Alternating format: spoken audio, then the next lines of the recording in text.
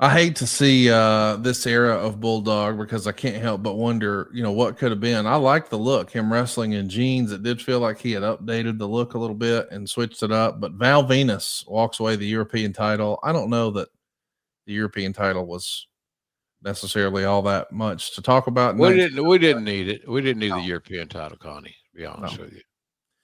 We did need this cage match, though. It's one of the more underrated tag teams in history, and now they're standing across from each other. It's Kane and X-Pac. And you want to talk about some fun tag team matches? They had them, but now they're hooking it up in a cage. They get 8 minutes and 12 seconds. Kane gets the win. It's a star and three quarters. There's lots of story with Road Dogg and Billy Gunn and handcuffs. And of course, it's all DX adjacent. It feels like the feud drug on a little too long for me. I know fans grew tired of it, but I would challenge you, go out of your way to see those guys in a singles match and it just hit for me, but maybe them as opponents didn't work as well. Is that common? Do you think that guys can have chemistry when they're a tag team, but when they're opponents, it just doesn't click as well? Oh yeah, it happens. It can happen, and it happens probably more frequently than we think. It's all about the chemistry, and sometimes the guys have more chemistry as allies than they do enemies. But it's also good when you get chemistry, and you have the good guy and the bad guy uh, relationship, and when they got chemistry together, those two guys, it's good for business. Well, it's also good for business to have Chris Jericho win the Intercontinental title from China. This is the same belt that she won from Jeff Jarrett back in October. And now Chris Jericho is wrestling her on a pay per view. They go 10 minutes and 17 seconds. And believe it or not, Meltzer said this was actually the best wrestling match on the show, which Wow. is a real credit to Jericho because China was really exposed with her bad looking offense, particularly the forearms, but she needs to retire from her repertoire. And Jericho had to sell those. And then, even worse, her bouncing off the ropes like someone beginning a wrestling school. He still gave it 2.25 stars. Jericho is wrestling a woman on pay per view for the Intercontinental title, and he gets the win. I don't know that he maybe would have imagined that this is what his early run in the WWF was going to look like. But hey, by God, somehow, some way, he's the Intercontinental champion. And when he was growing up, man, that Intercontinental title was a big doggone deal. What'd Yeah. you think of the chemistry that Jericho and China had together? It's a match that exceeded expectations, Jim. Yeah. I think Jericho showed his amazing skills, his objectivity, his professionalism in his approach to that match. You know, he got out of it all he could because Joni was limited. She was more of an attraction. She was an Andre. She was a whatever. She's what the Big Show should have been, an attraction, and not overexposed. But that's not the WWE way back in those days. But I thought Chris got as much out of Joni as he could, and came out of that match uh, with a decent feeling. And as Meltzer even agreed that he liked it, which doesn't mean anything other than Dave liked it. This match results in China getting a black eye through the course of the match. And this is written about a lot in Jericho's book. Um, let's just talk about it. This is the big behind the scenes story. Here's what Jericho had to say. At the pay per view, Vince wanted me to do an impromptu promo before my match. So I went on about how I was going to become the Intercontinental Champion and ended it off by chanting, "Go, Jericho, go." It was a bit I'd use in my first promo with The Rock. It was a big night for me because I was going to win the title from China and become the IC champ for the first time. Ever since I first saw Ricky the Dragon Steamboat holding that title when I was in high school, it became my biggest goal to one day be the champion that he was. I spent the match using unique modus operandi of torturing her injured thumb. I trapped her arms in the ropes and kicked and punched her exposed digit. I stepped and ground on it until she finally tapped out to the rock and roll finisher. Just like that, despite all the shit I'd been through, my dream had become reality. Chris Jericho was the new Intercontinental Champion. When it was over, I walked through the curtain and you couldn't find her anywhere. It was customary after a match to wait in gorilla for your opponent so you could congratulate each other and thank each other for the match, but she was nowhere to be found.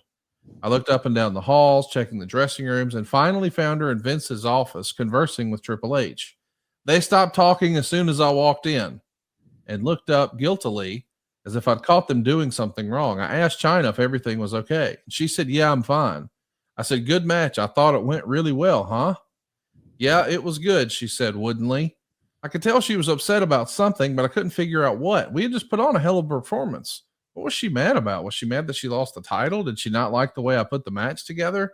Had she run out of vanilla perfume? I noticed that she had the tiniest bit of a shiner under her eye, like she'd caught a stiff shot. When I worked with her, I knew there would be some live rounds thrown, and I had no problem with that. Neither did she. It was the way she liked to work. But I could tell I had interrupted something, so I thanked her again and left the office. And I could feel two pairs of eyes boring a hole in my back as I did. I wasn't going to let her blasé attitude spoil the fact that my childhood dream had come true. I was on a high and felt like the king of the world. I wanted that feeling to last forever, and it did for the next 24 hours or so. And then the House of Jericho cards came crashing down. And this is written about that there's going to be a situation on Tuesday that they hear about at the Torch. WCW reports on the 900 line are saying that the argument reached the point where McMahon offered Jericho his release if he wasn't happy. The Torch has learned that on late Tuesday, McMahon organized meetings with Jericho and some of his critics within the WWF to address the problems that led to backstage blowups. A source there said there was a lot of clearing of the air, and in the end, Sean Waltman agreed to work with Jericho and get his ring psychology more in line with what the WWF was looking for. Quote, that's bullshit. It's so bullshit. It's and I'm sorry to interrupt your storytelling. No, tell me what happened. Well, you were there. What do you remember about this? Well, Jericho, people had a hard on for Jericho. It's the same thing that he was overcoming since day one when I hired him. He's too short. So the reason we don't want to hire this one of the best workers in the world is because your perception is he's too short. I call bullshit on that one. It's ridiculous. So it's just the fact that if the insiders that are closer to Vince, like Triple H at the time and others, that whole group, they saw Jericho as a threat. How in the hell would you want to eliminate one of your potentially best opponents over political bullshit, over jealousy? And that's all it boiled down to. That's all it boiled down to. X-Pac was going to work with Jericho to teach him the WWE way. What is the WWE way, for God's sakes? You know, we're tiptoeing through the tulips here. And I know X-Pac's an old school guy. He wanted to have wrestling matches. So did Jericho. So now you're on the same page. So what's the issue? What's the goddamn issue here? And it was just politically aimed, and it was not good. And this gave me something else to worry about. Jericho wrote in his book that when he shows up for TV the next day, he's asked to go meet with Vince. And he says his head snapped Pavlovian like, I wonder what that's about. But maybe he just wants to congratulate me for stealing the show with China, which Dave Meltzer said, by the way, was the best wrestling match on the show. So he knocks on the door and he finds that Triple H is talking to Vince. They give him a strange look, and Vince says, give me a few minutes. When he comes back, it's Vince and Jack Lanza and yourself. And as soon as he sits down, Vince looks him in the eye and says, what's your problem? And Jericho says, pardon me? And Vince, according to Jericho's book, says, what the fuck is your problem? And Jericho wrote that he said, I'm sorry, I don't understand. And he says Vince launched into him. What did you do to China yesterday, huh? You gave her a black eye. You were stiffing the shit out of her. How could you do that? Caught off guard, I tried to defend myself, Jericho wrote. It wasn't intentional, Vince. It's just part of the job sometimes. You know that. Vince's eyes bugged out and the veins in his neck pulsated as he said in a gravelly voice, how could you do that, man? She's a woman. I didn't think it was prudent at that juncture to remind him that he was the one who told me to work strong and not take it easy with her. Not that I had a chance to get a word in edgewise. It was the Vin man just getting started. You don't have a fucking clue what you're doing out there. You're as green as grass, and it's embarrassing. I was sold a bill of goods and bringing you in here. That's and you're not worth a the knock. paper That's a knock at me. I was sold a bill of goods, and that I was offended by that. My ass. Look at where Jericho. What he did for us. Yeah. What he's done for every company that he's been working for since that time, for over 20 years. I said many times, I got heat for it. If that's a big deal, in my stage of life, I can give a fuck less about getting heat. It's irrelevant to me because I'm sitting here in Jacksonville. Everything is good. My health is good. My life is good. It's a great week. It's Christmas week coming up. I get to go see my children. Everything is good. But God Almighty, that whole political stuff, of all the guys to be half-assed about and to be criticizing, it's not Jericho. So, but he wanted me to hear that, and I was there, front and center. And Jack Lanza, who was a Hall of Fame wrestler of the Blackjacks, my best agent at that time, and I didn't know he was. I thought I knew he was going to be there. This